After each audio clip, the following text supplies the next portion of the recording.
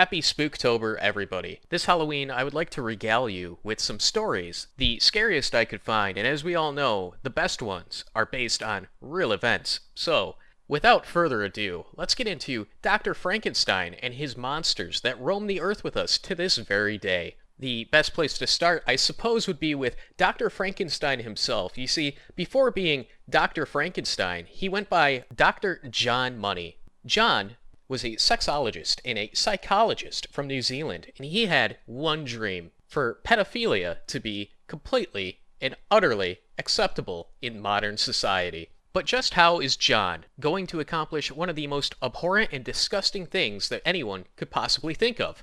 Well, he would start by publicly defending pedophilia, and to this day, he is featured on the NAMBLA website. NAMBLA, of course, being a acronym for the North American Man-Boy Love Association. After going public with his views and being very vocal about it, he would persuade two parents in a very difficult situation. They were desperate for anyone to help them. You see, one of their twins, a young boy, had a botched circumcision and his genitals were totally destroyed. These parents, concerned for the future well-being of their child, brought him to Money. John saw this as a perfect opportunity to conduct an experiment. You see, he was able to convince these parents that it would be better off if he was raised as a female, convincing the parents that gender reassignment surgery was the only option forward for their bundle of joy, and even getting them to agree to never tell the young boy that he was in fact a boy. Both twins, both biologically male, were brought to John on a regular basis for checkups. Money would subject the twin boys to disturbing experiments. They were forced to replicate sexual intercourse with each other, touch and inspect each other's genitals, and watch pornography. Money would show the twin photos from smut magazines and explicit sexual photos of kids. He would then prod them about their sexual arousal and question their attractions. The children were also expected to comply in front of an audience of as many as 6 other adults. And some reports state Money also took photos and videos of the children engaging in rehearsal sexual activity. At the time, both of the twins were just 6 years old. This experiment would go on for years. The twins begged their parents to never have to go back to another one of Money's checkups. Unfortunately, the parents did not listen, trusting a doctor instead. Later on in life, both of these kids would end up committing suicide. And to this very day, that experiment is considered a resounding success, a real breakthrough in gender identity, even despite the parents being very vocal in blaming the suicides on Money's actions. That story is so awful and scary, it's almost unbelievable. Real life is often stranger than fiction. If you thought the human centipede was scary, I'm sorry, but this one takes the cake. Sure, being sewn ass to mouth with 3 people would be atrocious and awful. It would not be a fun experience, but I think being born into a world where you are subjected from birth to genital mutilation and the wacky, absurd, degenerate carnival of experimentation of a psychopath and pedophile is a little bit worse. Probably the scariest part of the entire story there is that Dr. Frankenstein's ideology and his methods are being praised by many people, including his very own creations. And for our next terrifying story, we will discuss one of his creations. Many of you may remember Jessica Yaniv as the Wax My Balls bigot, transgender activist from Canada. This monster would terrify the local businesses. How, you ask? Jessica would go to local small businesses, handing out spooky lawsuits, claiming that they were denying them their civil rights as a transgender person. This actually ended up becoming international news one time. But what they didn't tell you is that Jessica has a proclivity for contacting minors and trying to associate with minors. Jessica would actively seek out minors to interact with and to try to hang out with, even sending them voice recordings of their Elmo impression, which would sound like this haunted recording taken by a spooked out and scared little girl. Elmo from Sesame Street.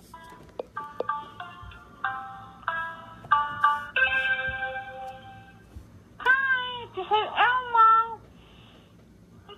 Hi, Elmo. Want to have threesome with you and Jess Rumple? Huh? Elmo wants want to have a threesome. Let's get up. Can Elmo stick his weenie inside of you? I think you got some sense in there. Elmo wants to fuck you. Fuck you. Elmo loves to fuck. Elmo loves the dicky. Elmo loves pussy. Elmo loves the pussy. I love you too, Jess Wampa. I love you.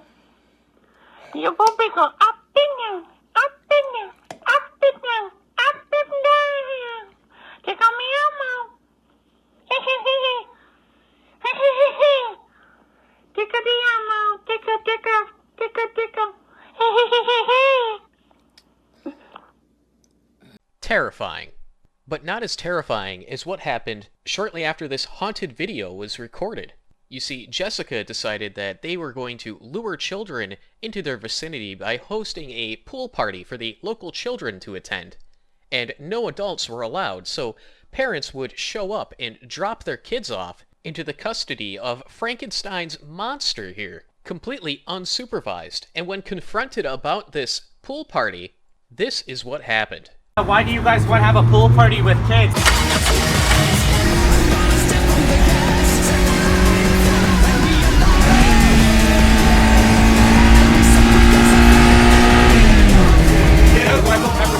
They would threaten to pepper spray you, but not any old normal pepper spray, but haunted pepper spray.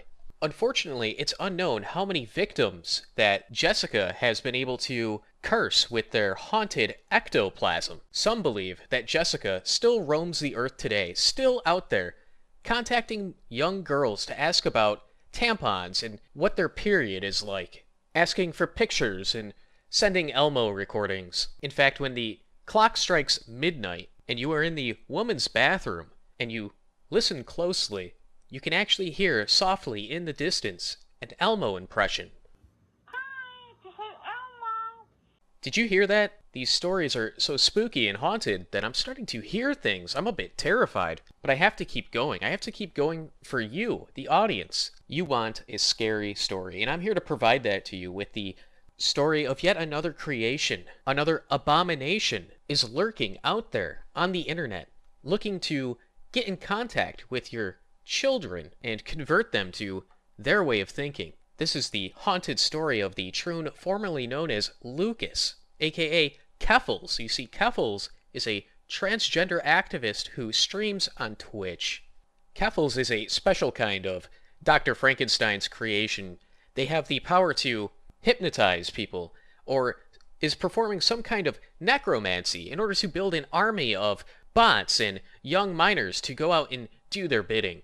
It even has the power to acquire media attention in a positive light through some kind of haunted mainstream media connection that they have. Keffals also goes by another name, a nickname that the people who have indulged in this horror would be familiar with, that nickname being the Fart Queen, dubbed that for their history of creating disgusting and haunted T-girl fart porn. Shortly after ending that career, though, they would move over to being a live streamer on Twitch, a platform that hates video games, and create the Keffals persona, where they would go around trying to indoctrinate children into their little Troon army, something they had been fostering before this moment in a Discord called Catboy Ranch, where the minors within it would be encouraged to purchase cat ears and collars and have sexual conversations with the admins and Keffals themselves, all of which have been documented on Twitter. And when this was brought to light, the Fart Queen would not rest. They were angered, extremely irritated, and the haunted media campaign against the website that brought it to light would last 1 month. Unfortunately for the Fart Queen, though, that website is still online, even though to this day it refuses to acknowledge that fact. But it has moved on to greener pastures where easier W's can be procured, like ratioing random people with their bot army, or sending haunted bar complaints to random YouTubers who happen to talk about them, and getting small YouTubers and small Twitch streamers deplatformed because they dared not agree with the fart queen. They hunger for clout and attention, stop at nothing, will harass anyone to get said clout or attention, constantly looking for its next meal, while simultaneously looking for the next victim to add to their army of minors, instructing them to go to their website to learn how to acquire and brew potions that will change them into the real person that they truly are on the inside. Amongst the ranks of these people, you will get a feeling of a cult, viewing the fart queen as their savior and holy one. And I would have shown you some of the screenshots I have of these poor soulless victims of the fart queen. Unfortunately, their Discord is predominantly filled with minors, and I cannot in good conscience put any kind of picture or screenshots that I have acquired through my time there into this video out of respect for the damned. Their terrifying method of trying to intimidate you, to get you to leave them alone and stop talking about them, is to go after your family, your lawyers, threaten to dox you, threaten all kinds of awful, horrible things through their use of the dark arts, the dark magic. And to this day, you can find them on Twitch sticking their hand down their pants and moaning in a sexual manner to a large audience of what is predominantly underage children.